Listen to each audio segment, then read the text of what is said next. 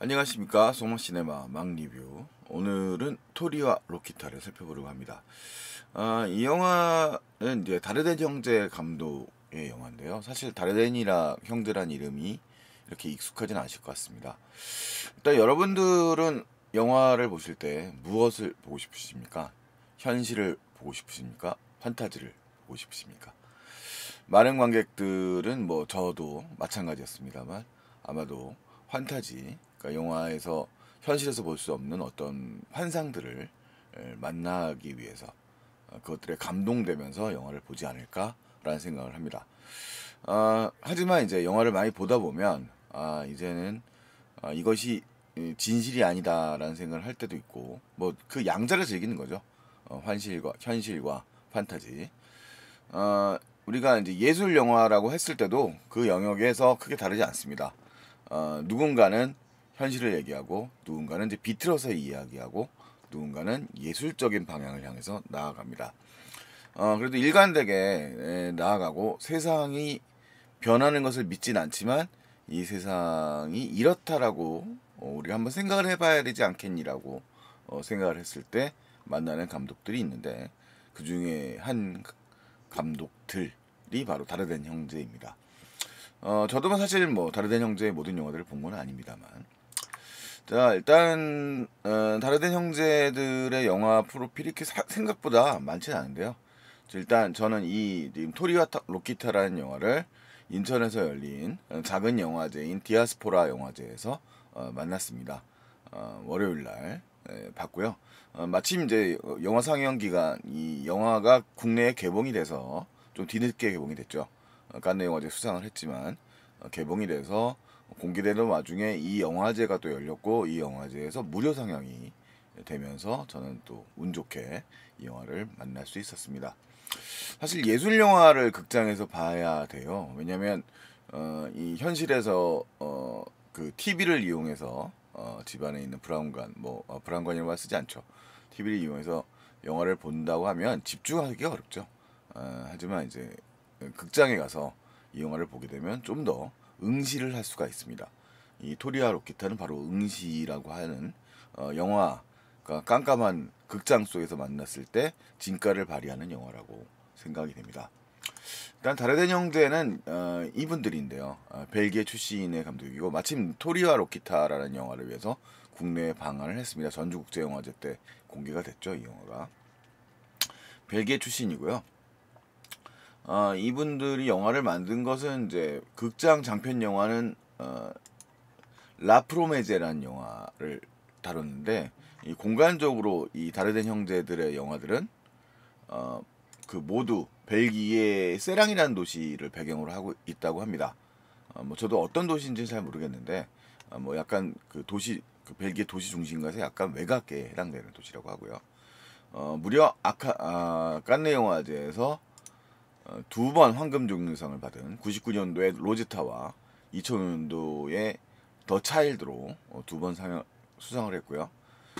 우리나라 국내에서 가장 아마 인기 있는 영화인 자전거 탄 소년, 이 작품이죠. 가장 따뜻한 영화인데 이 영화로 아마 그 심사위원 대상을 받았습니다. 그리고 감독상을 2019년 최근작이죠. 소년 아메드로 수상한 바 있는 그런 감독들입니다.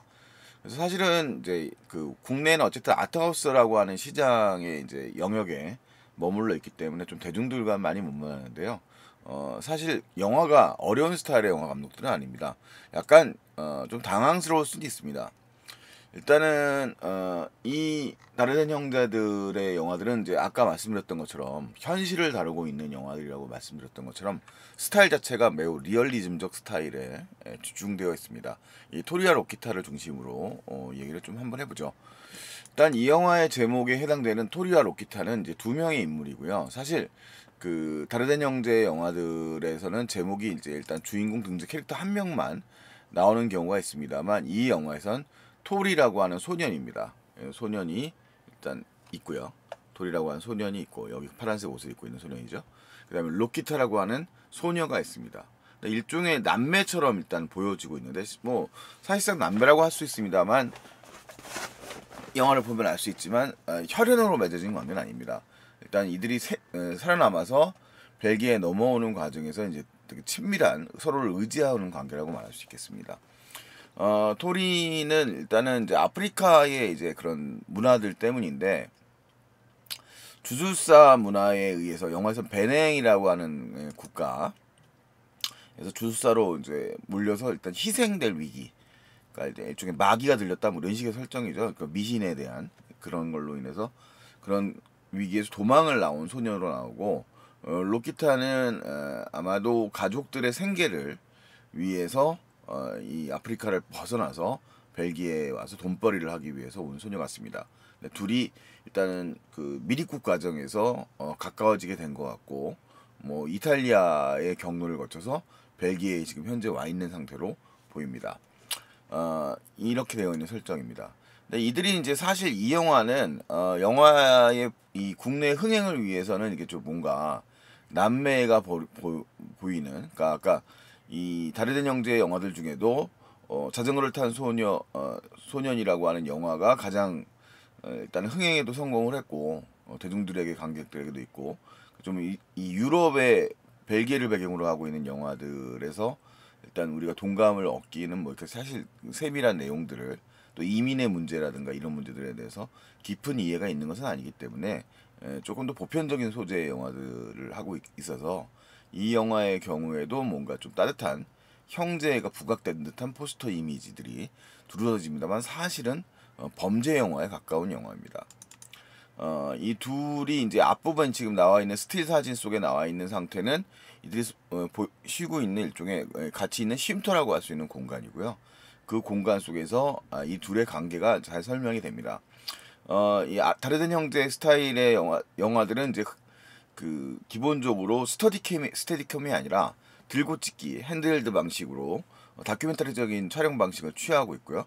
배우들 역시도 오디션에 의해서 대부분 아마추어 배우들로 이용되고 있습니다. 물론 그 자전거를 탄 소년처럼 세실드 프랑스 같이 좀 섬세한 연기가 필요한 경우에는 배우들이 좀 등장하는 경우도 있습니다만 이 토리아 로키타의 경우에는 원래 이 다른 형제의 찍던 방식이었던 아마추어 방식 배우들이 등장해서 연기하고 있는 방식을 취하고 있습니다.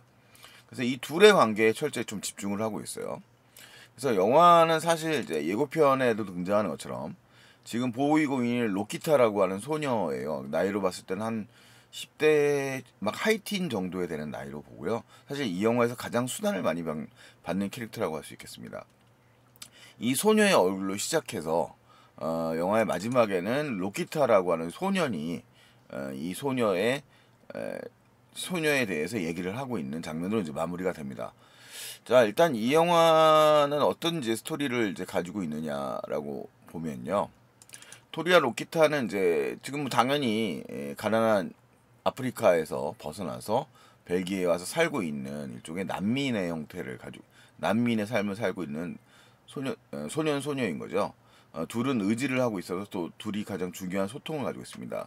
그래서 이 영화에서는 그 물론 음악이 적극적으로 사용되지는 않습니다. 그러니까 다르덴 형제의 스타일의 영화에서는 음악이라고 하는 것은 주인공들의 이제 생활음 정도를 제외하면 실제로는 이제 그 영화에 개입되지 않고 사실적인 그 내용 정도만 사용되는데 지금 요 포스터에도 사용되어 있는 이 장면이 아마 가장 낙관적인 분위기의 장면일 거예요. 이 둘이 이탈리아에서 지낼 때 배웠던 이탈리아어를 배우기 위한 그런 노래라고 하는데 그 노래를 부르는 이탈리아어로 된 노래를 부르면서 되어 있습니다. 그 노래의 가사가 우화적입니다. 아버지가 흰 생쥐를 잡아왔는데 그것을 이제 와서 고양이가 채갔다.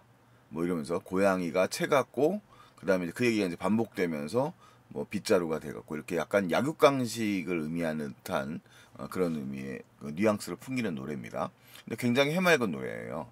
근데 이 둘을 보면서 굉장히 행복한 표정을 짓고 있죠. 아마 이 영화 전반부에서 토리아 로키타만으로 이루어진 우주는 매우 행복한 우주라고 할 수 있겠습니다. 이 아이들에게 있어서. 하지만 이들을 둘러싸고 있는 세상은 결코 낙관적이지 않습니다. 이 영화의 첫 장면에서 로키타가 굉장히 굳은 표정으로 굳은 표정으로 있죠. 그러니까 우리가 이제 사실 사람의 마음에서 일종의 체류권이라고 하는, 그러니까 유럽인들도 이민 문제에 이제 부딪혀 있으니까 이들에게 이제 이입되고 있는 이주민들에게 체류권을 부여하는데, 그것이 이제 타당한 사람들에게만 부여를 하니까 이 소년인 토리에게는 아까 말씀드렸던 주술사로 인한 학대에 의한 도피로 이해를 해서 체류권이 부여된 상태입니다. 하지만 로키타에게는 타당한 이유를 찾지 못했기 때문에 로키타는 심사 과정에 있는 것이고, 문제는 이제 로키타에게는 그런 뭐 소년 토리와 같은 어떤 이유들이 존재하지 않으니까 결국은 이제 이 로키타 토리의 이름을 대면서 자신의 이제 친남매라고 주장하는 것을 갖다가 이제 설정하고 연기를 하는 장면을 시작을 해요. 하지만 로키타는 아직 소녀에 불과하기 때문에 그런 것을 천연덕스럽게 해결낼 만한 그런 심성의 소녀는 되지 못합니다. 그러면서 영화의 이제 전반부에 나와는 심사 과정을 포기하는 장면으로 영화가 시작이 되죠. 그리고 그들의 일상들이 이제 보여지게 됩니다. 그러니까 영화에 지금 요건 예고편에 나와 있는 설정들이고요. 토리는 학교를 다니고 있고, 로키타는 사실 체류권을 얻어서 가사 도우미가 돼서 돈을 벌어가지고 지금 아프리카에 남아 있는 동생들을 부양을 해야 되는 상황입니다. 그런 상황이고, 그다음에 이제 토리는 그 상황을 이제 거의 혈혈단신이라고 말할 수 있기 때문에, 토리의 경우에는 로키타에게 거의 의지하고 이 로키타에게 도움을 주고, 그러니까 이쪽 진짜 친누나처럼 여기고 있는 상황입니다. 그래서 둘은 정말 둘이 뗄 수 없는 관계예요. 사실 로키타에게도 가족은 있지만 로키타에게 가족이란 의무의 대상인 것뿐이지, 사실은 이제 애정을 쏟을 수 있는 그런 대상이라기보다는 가장으로서의 책임을 다해야 되는 대상인 거죠. 그런 상황 속에서 로키타는 위기를 맞이하게 되는 상황이 됩니다. 결국 영화 중반부에서 이 영화 예고편에 나와 있는 것처럼 체류권을 받지 못하게 돼요. 지금 울고 있는 로키타를 갖다가 보고, 그 다음에 이제 애원하는 거죠. 토리 입장에서는 사실 자기가 이 미리국 가정에서 이 로키타의 도움 없이는 거의 살아남지 못했을 것이고, 그렇기 때문에 로키타가 진짜 친누나와 마찬가지인데, 뭐 사실 법의 판정이라고 하는 것은 그런 것을 고려하지 않죠. 그래서 로키타는 심사에서 떨어지게 되고, 로키타는 얘기했던 대로 이 말하자면 자신들이 살려야 될 자기 가족들이 있고, 동시에 이 입국 브로커에게 줘야 될 돈도 있고, 여러 가지로 돈을 벌어야 받는 상황입니다. 당연히 미입국한 상태에 있는 로키타가 할 수 있는 일이란 것은 불법적인 일이죠. 지금 보고 있는 장면이 이제 바로 일종의 대마초를 판매하는 일종의 판매책으로서 로키타와 토리가 활동하고 있는 장면을 볼 수 있습니다. 자, 여기서 이제 중요한 건 다르덴 형제가 갖고 있는 태도입니다. 이 다르덴 형제는 이들을 갖다가 결코 이 토리와 로키타라고 하는 10대 소년을 갖다가 범죄자로 몰지 않아요. 상황이 이들을 몰아놓고 있고, 이들이 선택할 수 있는 여지는 별로 주어지지 않죠. 하지만 이 토리와 로키타를 이용하려고 하는 세력들은 이들의 관심이 없습니다. 이들을 어디까지나 이용할 뿐인 거죠. 자, 이 토리와 로키타에서 오직 영화 속에서 주어지는 이들의 세계에서 토리와 로키타는 자기들만 의지할 수밖에 없는 상황이 됩니다. 지금 이 장면 속에 등장하는 이 주방장인데, 이 주방인데요, 어떤 식당의 모 레스토랑의 주방이고, 이 주방장이 일종의 범죄 조직에 연루되어 있는 인물로 등장합니다. 그래서 로키타에게 지금 말하고 있는 영화 속 이제 지금 예고편의 한 장면인데, 로키타에게 가짜 체류증을 줄 테니까 이제 일종의 일을 주는 거죠. 그러니까 불법적인 일을 해야 되는 건데, 지금 여기 보이는 공간 속에 이제 이 로키타가 갇혀져 있는, 그러니까 지금 여기서 동생과 전화하고 있는 장면이 나옵니다만, 거의 폐쇄되어 있는 상태에서 모르는 지역에 가 있는 공간에서 이제 일종의 대마초를 생산하는 일종의 비밀 농장에서 일을 하게 되는 겁니다. 감금된 상태에서. 그 속에서 이제 이야기가 펼쳐지죠. 토리와 로키타는 어떻게든지 연락을 하려고 하고, 토리는 어떻게 쫓아와서 로키타를 만나게 됩니다. 그래서 이런 지금 이 둘만이 이어질 수 있는 세상의 희망이라고 할 수 있는 연결고리라고 할 수 있는 이 지점이고요. 로키타나 토리에게는 그것은 마찬가지입니다. 하지만 지금 둘러싸고 있는 주변의 어른들, 지금 이 사람들이 이제 미리국 브로커들이고요. 영화에 두 번, 세 번 정도가 등장하는 것 같습니다. 로키타를 직접 만나서도 얘기하고, 로키타가 이 미리국 서류 때문에 이제 감금된 상태에 있자 다시 로키타의 위치를 묻고 있는 거죠. 이들은 돈을 받아내는 것에만 혈안이 되어 있는 상태고요. 그 다음에 이제 토리와 로키타가 고립된 세계에서 이 지금 이제 둘이 만나는데 이 토리가 로키타를 찾아와서 벌어지는 이야기가 이 영화의 이제 전적인 플롯이라고 할 수 있습니다. 이 영화 전체 러닝 타임은 89분 정도예요. 그래서 사실 영화를 감상하는데 상당히 뭐라고 할까 그 군더더기가 전혀 없는 영화라고 얘기할 수 있겠습니다.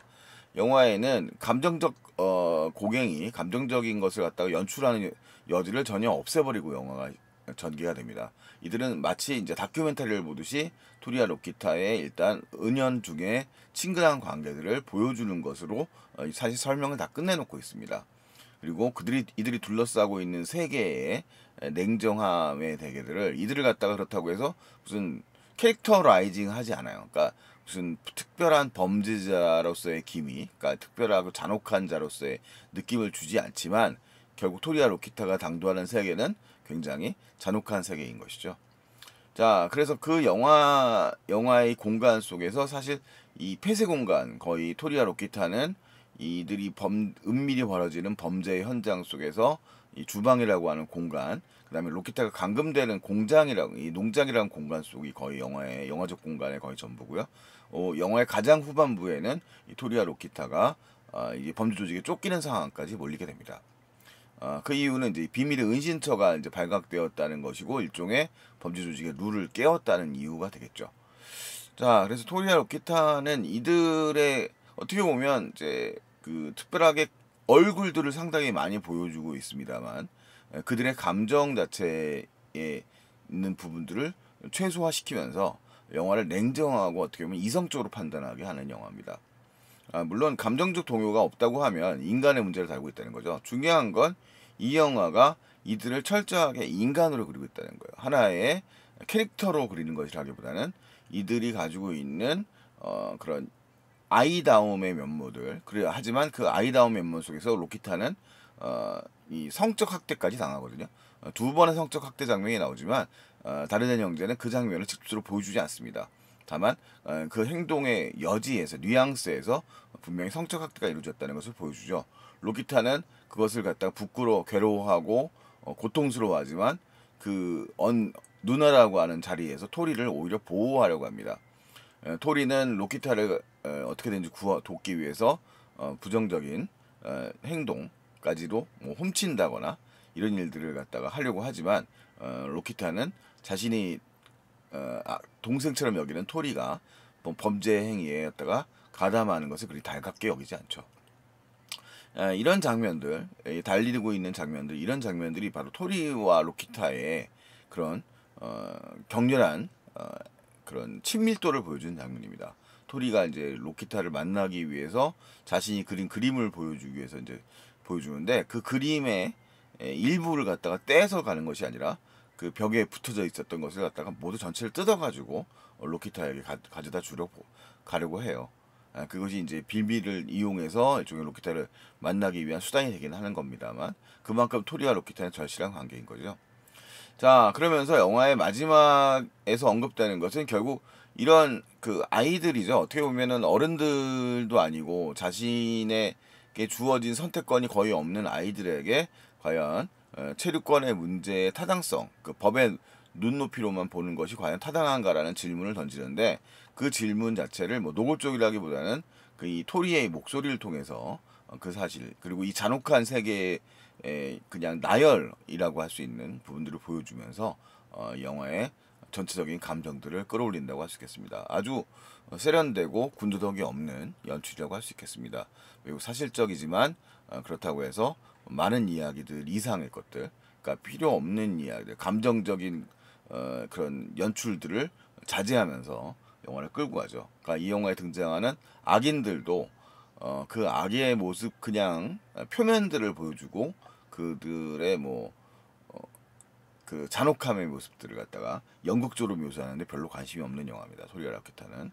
그래서 이들의 그 윤리적으로, 그러니까 일종의 영화적 윤리학의 일종의 기준들을 잘 제시하고 있는 뭐 그런 영화인 것 같습니다. 그래서 일단 우리가 시대가 떠안아야 될 문제들을 잘 짚어주는 것이 사실 다르덴 형제나 켄 로치 같은 감독들이 잘해내는 역할들인데, 토리와 로키타의 경우도 이 세계에서 벌어지고 있는 일들에 대해서 이 작은 세계만을 보여주지만 사실은 굉장히 깊은 이야기를 하고 있는 영화이기 때문에 다르덴 형제의 영화들 그리고 토리와 로키타가 훌륭한 영화들이라고 말할 수 있는 거겠죠. 사실은 이제 이 감독의 영화를 첫 번째 봤던 영화가 제가 그 TV에서 봤던 라프로메제라는 영화였었는데, 그 라프로메제라는 영화도 역시 주인공이 소년이었거든요. 그 소년의 이야기를 보기 때문에 더 가슴 아프게 다가왔었는데, 이 토리와 로키타의 이 영화도 매우 가슴 아프게 다가온 영화였습니다. 아이들의 이야기였기 때문에 더더욱 그랬던 것 같습니다. 자, 어쨌든 토리와 로키타라는 영화, 여러분들도 이렇게 많은 그렇게 어려운 영화는 아니거든요. 그냥 그 사실에 부합되어 있는 영화고요. 다만 이 영화를 중간중간 쉬듯이 보지 마시고 응시해서 90분이 안 되는 상영 시간이니까 잘 지켜봐 주시면 많은 생각을 할 수 있게 하는 영화가 아닐까 싶습니다. 토리와 로키타에 대한 저의 간단한 감상이었습니다. 다음에 또 뵙도록 하죠.